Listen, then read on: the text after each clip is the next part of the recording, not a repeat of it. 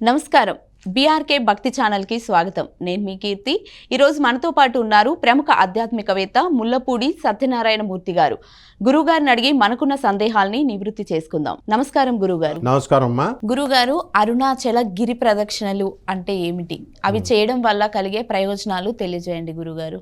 అరుణాచలం అంటే అరుణ పేరులోనే ఉంది. అవును. అరుణుడు అంటే సూర్యుడు, బర్నింగ్ ఫైర్ అంటే మండుతున్నటువంటి గోళం.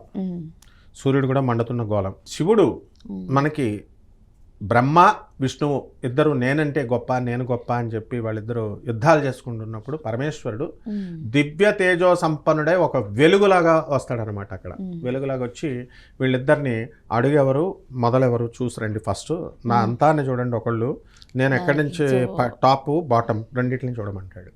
వీళ్ళు వెళ్తారు, చూడలేకపోతారు. సో ఈ విధంగా వెలిసినటువంటి ఈ యొక్క అరుణాచలేశ్వరుడు ఏమైంది, లైట్ అన్నమాట, అది తేజస్సు. ఆ లైట్ ఏమవుతుందంటే ఒక హిల్ కింద, ఒక కొండ కింద మారింది. అదే అరుణాచలం, అరుణాచలం కొండ. అందువల్ల దానికి చాలా పరమ పవిత్రమైనటువంటి ఇది ఉంటుంది. అంతేకాకుండా ఇది ఫైర్తో కాబట్టి పంచభూతాలలో అగ్నితత్వం కలిగినటువంటిది ఇది. దీన్ని అర్థం చేసుకోలేనటువంటి జనము కొంతమంది క్రైస్తవులు ఈ మధ్యకాలంలో శివుడు మనకి లింగ రూపంలో ఉన్నాడని చెప్పి పిచ్చి పిచ్చిగా ట్రోలింగ్ చేస్తున్నారు. క్రింద అమ్మవారు ఫాలమట్టం పార్వతీదేవి యొక్క యోని అయితే వాళ్ళు అలా. దీని అంతటికీ కొంతమంది కపట బ్రాహ్మల, కపట జ్యోతిష్కుల, కపట మంత్రగాళ్ళు ఇష్టం వచ్చినట్టు యోని పూజలని పిచ్చి పిచ్చివన్నీ చెప్పబట్టి ఇలాంటి దుస్థితి వచ్చింది. అసలు యాక్చువల్గా ఈ యొక్క అరుణాచలం అనేటటువంటిది వాళ్ళకి తెలియనటువంటి, ఆ వెధవలకి తెలియనటువంటిది ఏంటంటే, అసలు చాలామంది చూడండి కొండలిని శక్తి జాగృతం చేస్తాము అని చెప్పి కొండలిని శక్తి అని మొదలు పెడతారు. ఇది ధ్యానం, సిద్ధాసనం, వజ్రాసనంలో మెడిటేషన్ చేస్తారు. చేస్తే ఆ మూలాధారైక చక్రం దగ్గర నుంచి కంప్లీట్గా సహస్రార చక్రం ఇది అయిపోయిందండి, మాకు మూలాధార చక్రం యాక్టివేట్ అయిపోయిందండి అని చెప్తారు. ఎవ్వరికి ఏదేమీ యాక్టివేట్ కాదు. ఇప్పుడున్నటువంటి మెడిటేషన్ సెంటర్స్ కానీ ఏదైనా సరే దే ఆర్ ఆల్, అసలు వాళ్ళు చెప్పేది యాక్టివేట్ అయిపోతుందని చెప్పారంటే దానికి టెస్టింగ్ మెథడ్ ఉంటుంది. అదేమిటంటే ఈ యొక్క మెడిటేషన్ చేసినప్పుడు ఎలక్ట్రోమాగ్నెటిక్ ఫోర్స్ మనకు వస్తుంది లోపల. ఆ అరుణాచలంలో జరిగిందే చెప్తున్నాను. అరుణాచలంలో కొండలో రమణ మహర్షి వారి యొక్క భక్తులు, సినిమా యాక్టర్ కృష్ణ భగవాన్ గారు, అలాగే నల్లబోతుల శ్రీధర్, వీళ్ళంతా ఏమిటి ఎలక్ట్రోమాగ్నెటిక్ ఫోర్స్ వస్తుంది అన్నారు. ఎలక్ట్రోమాగ్నెటిక్ ఫోర్స్ వచ్చినప్పుడు మనము మ్యాగ్నెటిజంలో ఒక ప్రాసెస్ ఉంటుంది. ఒక మ్యాగ్నెట్ని, ఒక సాఫ్ట్ పిన్, ఒక గుండు సూదిని తీసుకొని ఇలా రుద్దినప్పుడు ఆ మ్యాగ్నెటిజం ఇండ్యూస్ అవుతుంది దీనికి. ఆ మ్యాగ్నెట్ నుంచి దీనికి వెళుతుంది. అంటే మనమే ఈ పిన్నిస్తే, ఈ సాఫ్ట్ పిన్నే మ్యాగ్నెట్ అయ్యి ఇంకో దాన్ని పట్టుకుంటుంది. కాబట్టి వీళ్ళంతా మెడిటేషన్ చేసేసినప్పుడు వీళ్ళకి లోపల వచ్చేసినప్పుడు మూలాధార చక్రం విచ్ఛిన్నమైపోయింది అనేటటువంటి వాళ్ళకి మ్యాగ్నెటిజం ఇలా పట్టుకొని ముట్టుకున్నాం అనుకోండి, అతుక్కోవాలా. అంటే ఏంటి, దేవుడు అనేటటువంటిది ఎలక్ట్రోమాగ్నెటిక్ ఫోర్స్, కానీ వీళ్ళు అనుకున్నటువంటి ఎలక్ట్రోమాగ్నెటిక్ ఫోర్స్ కాదు. It is live current, live electromagnetic force అనమాట. అంత బలం వస్తుంది అరుణాచల ప్రదక్షిణ చేస్తే. కేవలం ఆడ కూర్చొని మెడిటేషన్ చేయాల్సిన అవసరం లేదు, ఆ ఊళ్ళో దిగితే చాలు. మరి ఎన్నిసార్లు చేయాలండి ప్రదక్షిణ అంటే, మనము సింపుల్గా ఇప్పుడు ఒక చిన్న రావి చెట్టు చుట్టూ ప్రదక్షిణ చేయమంటే ఏం చేస్తున్నారు వీళ్ళు? ఎప్పుడైనా ఒక్క ఆధ్యాత్మికవేత్త అయినా, ఒక ప్రవక్త, ప్రవచనకారుడైనా ప్రదక్షిణాలు చేయమని చెప్తున్నారు, కానీ నీళ్లు చెట్టుకు పోయమని చెప్తున్నారా? లేదు. ఊరికనే చేసేస్తే ఇచ్చేస్తుందా చెట్టు? దైవ వృక్షాలు, రావి, జమ్మి, మారేడు, తర్వాత ఇటువంటి వృక్షాలన్నీ కూడా. మరి వీటికి నీళ్లు పోయాలమ్మా. నీళ్లు పోసి నీకు పెళ్ళా వస్తుందిరా అని చెప్తే 108 ప్రదక్షిణాలు చేయాలా. నీకు ఉద్యోగం వస్తుందిరా అంటే 108 ప్రదక్షిణాలు చేయాలా.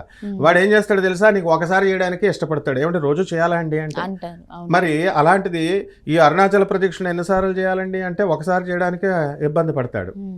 అందువలన వాళ్ళ నియమాలు పెట్టుకుంటున్నారు. మేము ఎన్నిసార్లు, 3 సార్లు చేస్తామండి, 5 సార్లు చేస్తామండి, 11 సార్లు చేస్తామండి అని. ఏది చేసినా సరే అరుణాచలం గుడిలో ఒక్కసారి చేసినా ప్రదక్షిణ సరిపోతుంది. పెద్దది 14 కిలోమీటర్ల దూరం కాబట్టి ముందుగా వినాయకుడికి అక్కడ దండం పెట్టుకోవాలా. చేసే ప్రాసెస్, ఒక ఎర్రని గుడ్డలో ఒక స్ఫటిక, ఒక కొబ్బరికాయని అక్కడ కట్టుకోవాలా. కట్టుకొని స్టార్టింగ్లో అక్కడ దగ్గర ఉన్నటువంటి చెట్టు కట్టుకొని మొక్కుబడిగా మొక్కుకొని అరుణాచలేశ్వర స్వామి వారిని శివోహం శివోహం ఈ రోజున వచ్చింది కాదు అరుణాచలం.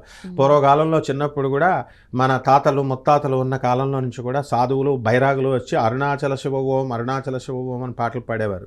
అప్పుడు తెలియదు ఎవరికి అరుణాచలం ఎక్కడ ఉందని. ఇప్పుడు యూట్యూబ్ మహిమ అని చెప్పి టీవీ మీడియా మహిమ అని చెప్పేసి అరుణాచలం పొలోమని బస్సులు వేసుకొని పోతున్నారు. అందువలన అలా చేస్తే రాదు మోక్షం. ఏమొస్తుంది, నువ్వు కాన్సన్ట్రేటెడ్గా పట్టుకోవాలా దాన్ని, కాన్సన్ట్రేట్గా ఏకలక్ష్యం ఉండాలా, పట్టుదల ఉండాలా, నేను సాధించుకోవాలని ఉండాలన్నమాట. ఆ తర్వాత ఈ 14 కిలోమీటర్లు మామూలుగా తిరగచ్చు. అండ్ 5 కొబ్బరికాయలు ఈ యొక్క అరుణాచలం కొండ చుట్టూ తిరిగినప్పుడు కంప్లీట్ అయ్యే లోపల 5 కొబ్బరికాయలు వీళ్ళు కొట్టాలి.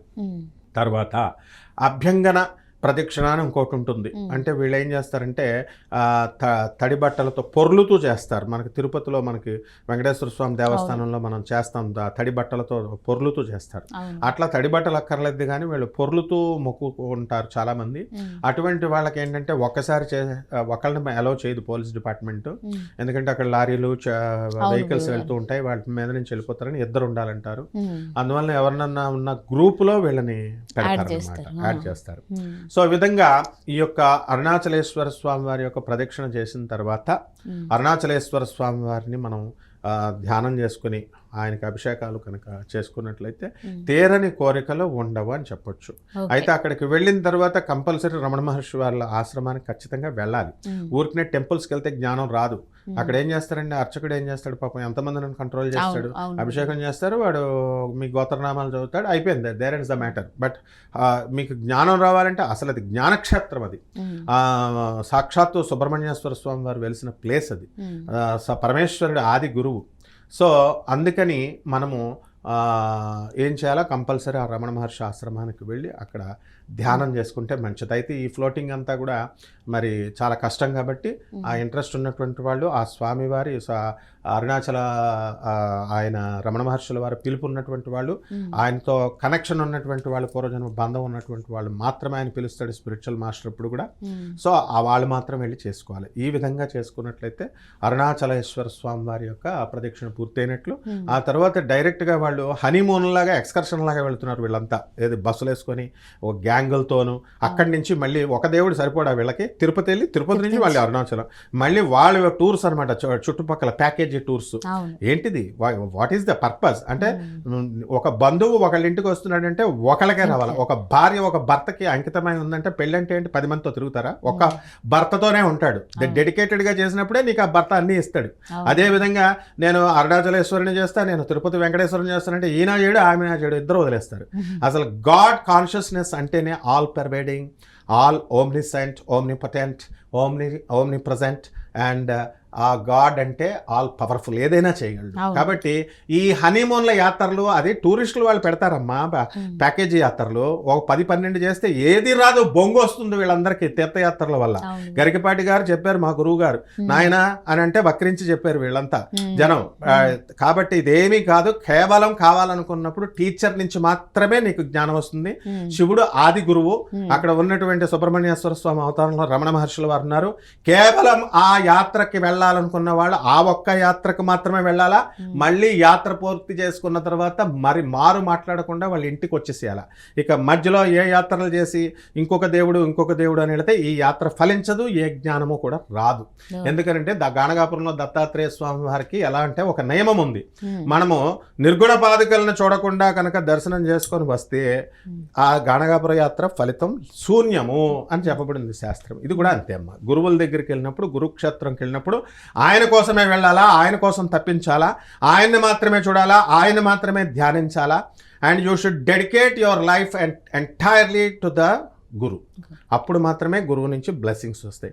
గురువు నుంచి బ్లెస్సింగ్స్ రాకుండా మాకు జ్ఞానం వచ్చేసిందండి, మాకు మూలాధార చక్రాలు విచ్ఛిన్నమైపోయినాయండి, మేము ట్రాన్స్జెండెంటల్ మెడిటేషన్ చేస్తున్నాం, ఈ మెడిటేషన్ చేస్తున్నాం, ఆమె ఇవి పాతోళ్ళవి సరిపోవని కొత్త మెడిటేషన్ సెంటర్లు వచ్చినాయి. ఇవన్నీ అబద్ధాలు. ఎవరికైనా ఛాలెంజ్ ఏంటంటే ఈ ఎలక్ట్రోమాగ్నెటిక్ సాఫ్ట్వేర్ను మనం తీసుకొని వెళదాం. ఎవరైతే మరి మూలాధార చక్రం విచ్ఛిన్నమైంది కదా, పట్టుకుంటాం, మ్యాగ్నెటిక్ ఫోర్స్ ఉండాలి కదా నీలో, అని మనం టెస్ట్ చేద్దాం. అతుక్కుంటేనే ఉన్నట్టు. అష్టసిద్ధులు నవనిధులు రావాలా? Anybody I challenge them. మూలాధార చక్రం కృష్ణుడికే అవ్వలేదు, కృష్ణుడే విత్డ్రా చేశాడు యోగ నష్టం అని. భగవద్గీతలో ఆ పరంపర ఆగిపోయింది. విష్ణువు నుంచి బ్రహ్మకి, బ్రహ్మ నుంచి మొత్తం వరుసలో వచ్చినప్పుడు పరమశివుడి నుంచి విష్ణువు, విష్ణువు నుంచి బ్రహ్మ, బ్రహ్మ నుంచి వశిష్ఠుడు, ఇలా పరంపరగా వచ్చినటువంటి యోగమే ఆగిపోయింది. యోగ నష్టమైంది. You have to carry it అని శ్రీకృష్ణుడు చెప్తుంటే వీళ్ళు మాకు యోగం వచ్చేసింది, మాకు విచ్ఛిన్నమైపోయిందని చెప్తే ఎట్లా? సో డాగ్మాతో వదిలేసి కేవలం అరుణాచల ప్రదక్షిణలు కావాలంటే ఈ విధంగా చేస్తేనే ఫలితాలు వస్తాయి. ఓకే గురుగారు, చాలా చక్కగా వివరించారు. ధన్యవాదాలు గురుగారు. ధన్యవాదాలు.